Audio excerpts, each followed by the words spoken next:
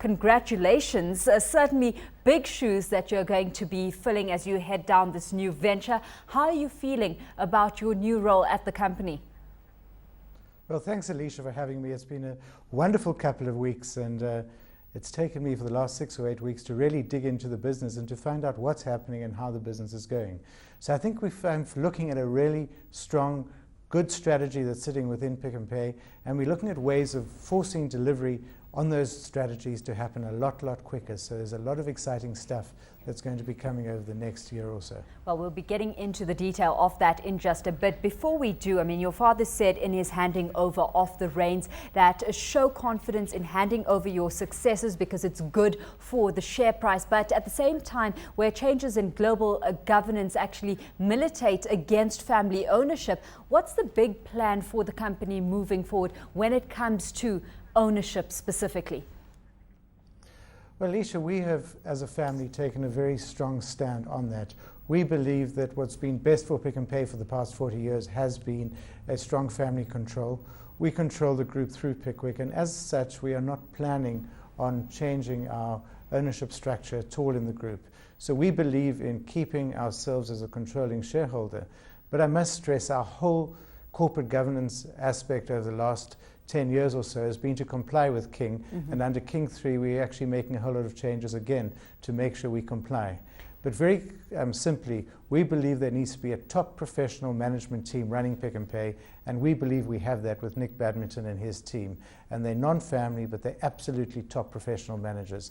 And that's how we believe a business of this nature needs to be run. Well, the broader governance issues aside, I mean, with more than 50% of the business in family hands at this stage, it certainly affects the free float of the business and liquidity as well, because 50% of your shares then really trade. Liquidity not as deep as it should necessarily be for a company of your size. Are you considering any measures to actually boost the tradability of your shares moving forward?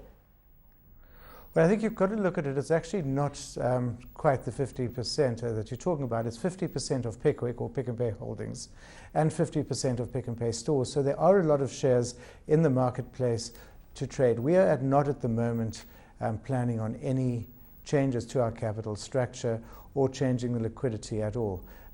We have from time to time looked at share splits and have done them over the years, and it's something we could obviously look at in the future, but it's not something that's absolutely on the agenda at the moment. Well, ownership issues aside, let's look at the company itself. I mean, there was a point in time where Pick n Pay was the best entry point into the retail sector, some say for an equity investor. Now you've got stiff competition being posed by the likes of ShopRite, for example. First, one of the issues that investors have in the spotlight is the lack of an African strategy. Your Africa plan has certainly been slow in the uptake compared to the likes of a player like ShopRite. Are there plans on enhancing your African footprint? Alicia, absolutely there are. At the moment, we are about to open our operations in Zambia. We have operations through a 25% stake in a company in Zimbabwe. We've got a very strong operations in Namibia and Botswana. And in addition, we were looking at opening a franchise operation in Mozambique and Mauritius and possibly Angola within the next year.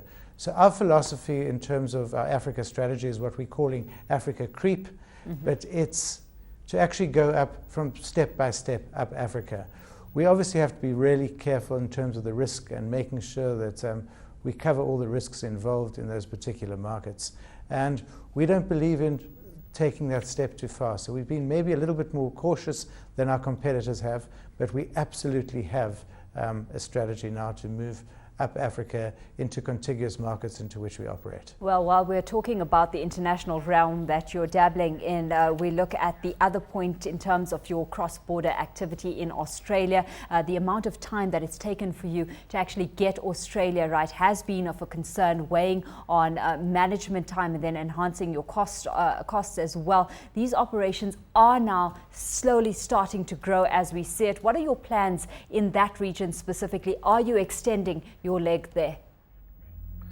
Well, I think obviously it's a competitive issue, so we don't want to go into too much detail, but safe to say that I was there, 2 weeks ago, 3 weeks ago, and I was incredibly impressed in the way the business has transformed. We've introduced a lot of fresh into the business. We're revamping our whole store suite at the moment, and hopefully we'll have that completed in the next 18 months or so. And we're looking at different stores and different models at the moment within the Australian New South Wales market. We are obviously looking at some stage to move outside New South Wales, but we're putting together an entire strategy at the moment, which was the reason I went out there, to present to the board in June, which will give us an absolute future as to where we're going to be taking our Australian operations. We're happy with the management. We've got a great management team there, and it's an incredibly well-run, well-operated part of our business. But it does need to grow, and it does need to grow fairly rapidly, and we acknowledge that. And we're busy planning on doing something about it. Well, let's bring it to your local operations now, because here you certainly are doing well, weathering the storm quite amenably, despite the operating environment being tough. And helping alleviate some of that pressure has been your strategy with regards to distribution centres themselves, where you own them. How much has that taken off your cost base, and pressure on the business itself? Well, our strategy that we're moving into, as you allude to, Alicia, is the converting our business from a direct vendor delivery operation to a centrally distributed operation. The real challenge that we're having at the moment is making sure that we are gain sharing with our various suppliers and manufacturers, that as they're coming on into our DCs, they're actually giving us reduced pricing or better deals to make sure that we offset some of the distribution costs which we have, which previously they had. So at the moment we've got our Longmeadow operation going in Johannesburg, and our plan is over the next couple of years to roll this out into all the major centres and to have full DCs operating fairly quickly within the group. At the moment, because it's only in Johannesburg, we are seeing big savings within that particular area. But you'll only really get the benefit of the full savings once we've got the full flotilla of distribution centres down throughout the company. But it's absolutely something we're driving at the moment, and driving very, very actively. That right along with more investment moving down the line. So let's look at where you're investing moving forward, and what we can anticipate in terms of more store rollout as we progress. Our really big emphasis at the moment is on the back end of the business. We're focusing, as I said, on centralized distribution. We're putting a lot of effort into our systems, our point of sale systems, making sure that our SAP is now, which we've gone through a long process over the last couple of years with installing, making sure that it starts to pay off. And we're starting to see that happening now. And hopefully over the next year, we'll really start seeing some big paybacks coming out of our huge investment that we've made on the back end of the business. In terms of stores, we're continuing our upgrading program and rollout program.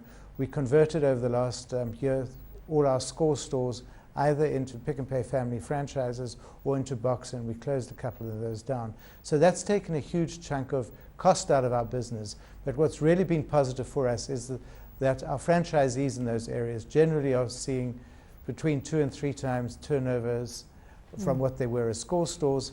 And what's really been incredibly positive for us is how we've managed to get empowerment into those franchises, where we have about 80 to 85 franchisees who are previously disadvantaged people who are now owning and running those stores. Well, so we're looking at all our stores, making sure they're up at our latest spec, trying to get it more modern and to get a better offering into our consumers. There is an untapped market that is out there, I mean, that you tried at one stage getting to via your boxes. I mean, you mentioned that you pulled out of some of them as well. I mean, what happened there? And is there another strategy in place to penetrate some of the rural areas or the markets that you haven't necessarily won just yet? Well, I think we're very actively in that. We're using our Boxer chain to go into that group. Boxer's now in excess of 100 stores, and we're planning some very aggressive rollouts there and testing 1 or 2 new formats within Boxer to really challenge into that particular marketplace. And I think over the next couple of years, we're going to be far more of a player in that space than we are at the moment, challenging sort of the bottom end of LSM4 and possibly below through the different formats that we're operating.